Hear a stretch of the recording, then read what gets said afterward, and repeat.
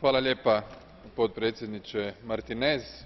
Pozdravljam izvješće naše kolegice Kadenbach i drago mi je da je upravo tema zaštite okoliša, ekoloških inovacija povezana s ključnim aspektom gospodarskog razvoja Europske unije, a to su rast i radna mjesta, osobito kroz politiku okoliša. Na tu temu sam prije nekoliko dana i u Hrvatskoj organizirao jedan panel koji je povezao temu zaštite okoliša i klimatskih promjena.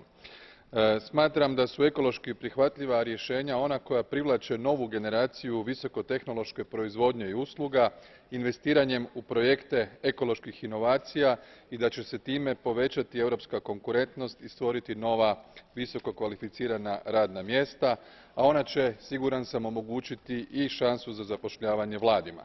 Činjenica da je 3,4 milijuna radnih mjesta vezano za ekološke inovacije, preko 300 milijardi eura ukupno, to je jedna velika perspektiva i programi Unije inovacija i resursno Tiene la palabra ahora el señor Valialu. Zahvaljujem. Već sam nekoliko puta u svojim obraćanjima ovom domu naglašavao važnost inovacija za rast i radna mjesta u čitavoj Europskoj uniji.